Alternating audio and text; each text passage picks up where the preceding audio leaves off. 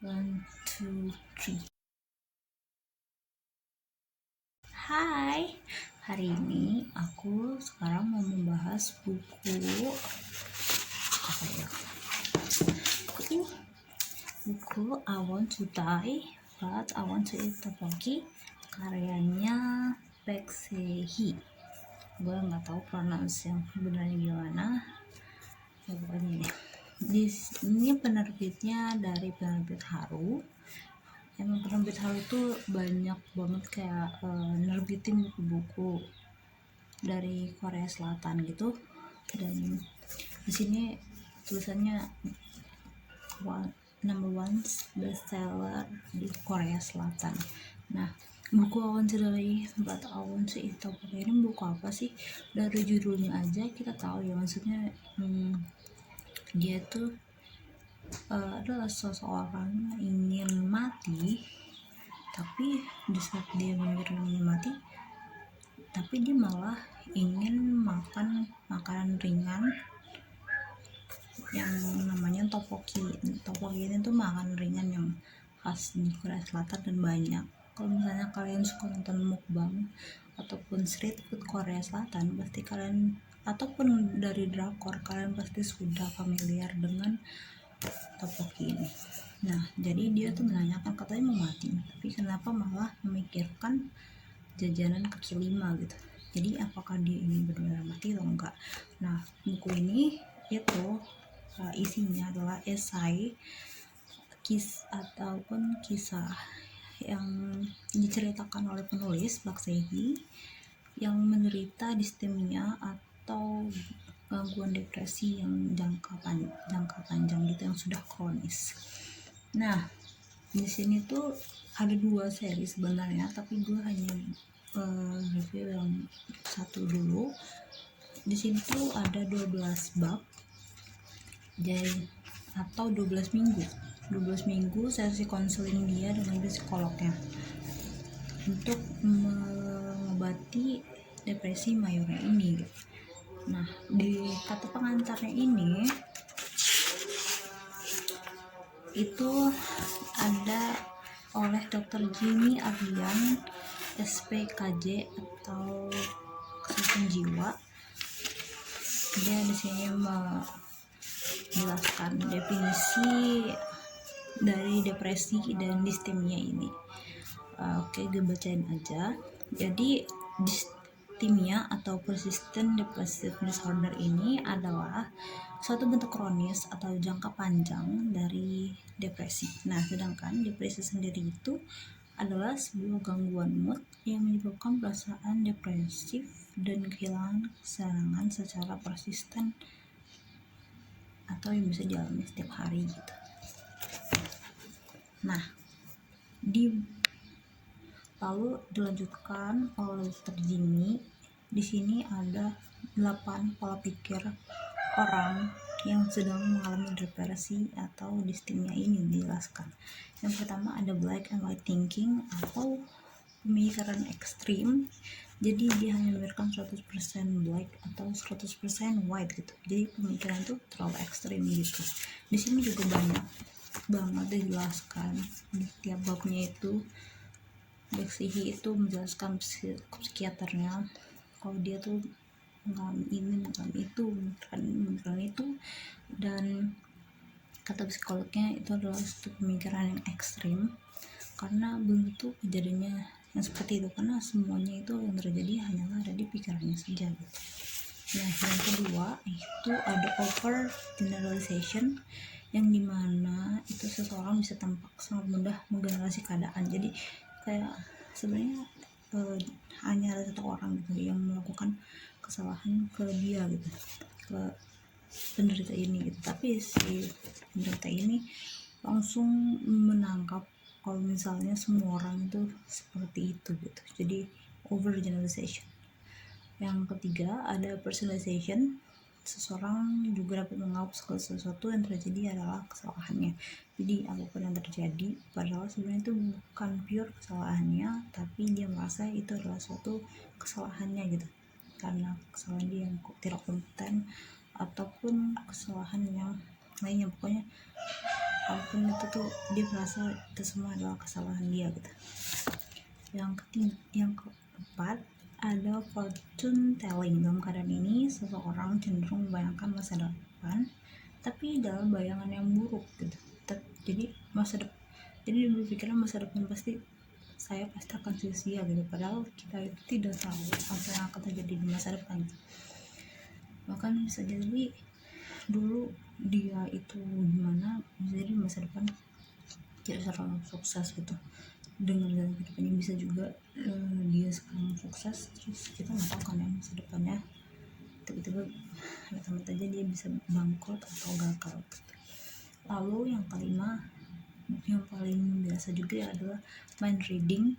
Ini adalah cara berpikir ini seakan bisa membayangkan atau membaca isi pikiran orang lain. Ya, jadi dia tuh hanya menduga saja, kayak dia nih pasti memikirkan gue itu jelek, pasti mikir gue itu tidak kompeten gitu. Padahal si A ini belum tentu berpikiran seperti itu. Yang keenam ada emotional reasoning. Seseorang cenderung menggunakan emosinya sebagai landasan berpikir. Memang betul kita dalam berpikir, dalam mengambil keputusan memang sebaiknya menggunakan hati dan otak. Dan jadi kalau misalnya kedua elemen itu tidak berseimbang dengan baik, pasti akan menyebabkan suatu hal yang buruk. Dan ini bertolak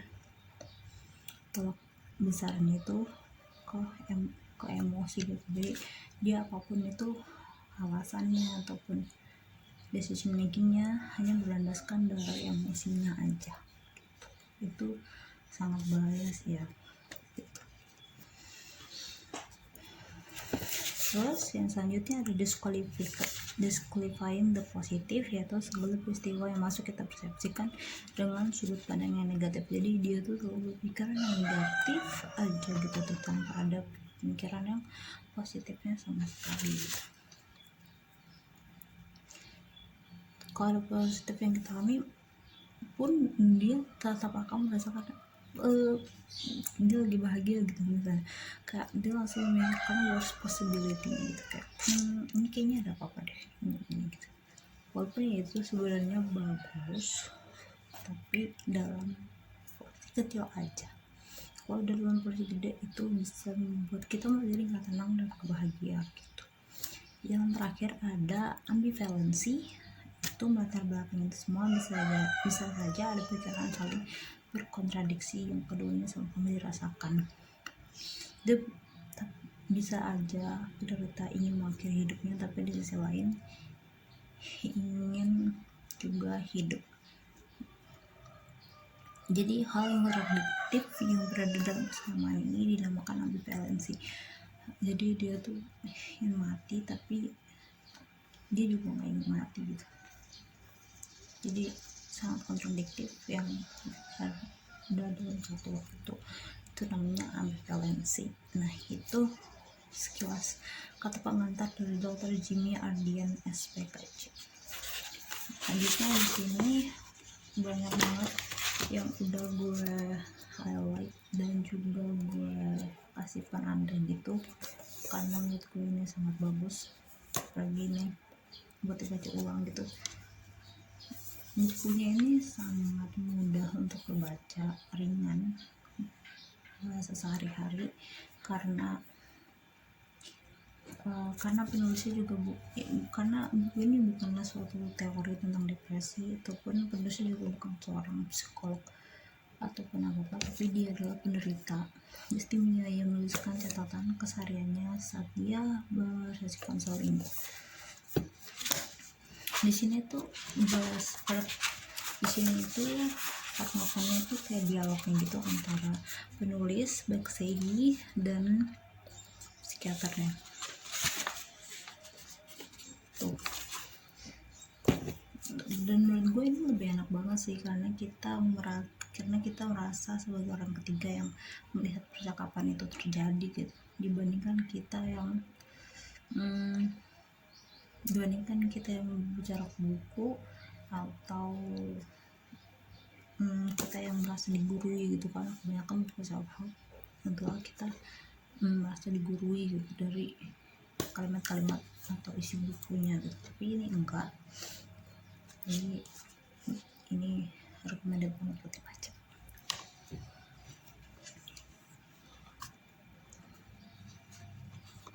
Ini banyak banget quotes yang itu. Nah, jadi buat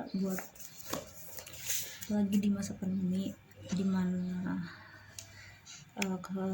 dan juga dengan berkembangnya zaman sekarang yang mulai melek akan kesehatan mental, menurut gue buku ini sangat recommended buat dibaca karena enak banget buat dibaca, ringan, juga bisa buat refleksi diri dan sebagai pengingat untuk kita gitu, agar ya, setiap orang tuh punya depresi, kecemasan, dan stresnya masing-masing, tapi gimana kita mengelolanya aja gitu. Dan untuk mencegah yang lebih dalam atau lebih serius, juga nih bisa sangat membantu karena ini misalkan dia dengan ternyata psikolog, yang dimana kan nggak semua orang bisa mengakses tenaga ahli di bidang mental ini gitu, kayak psikiater atau psikolog.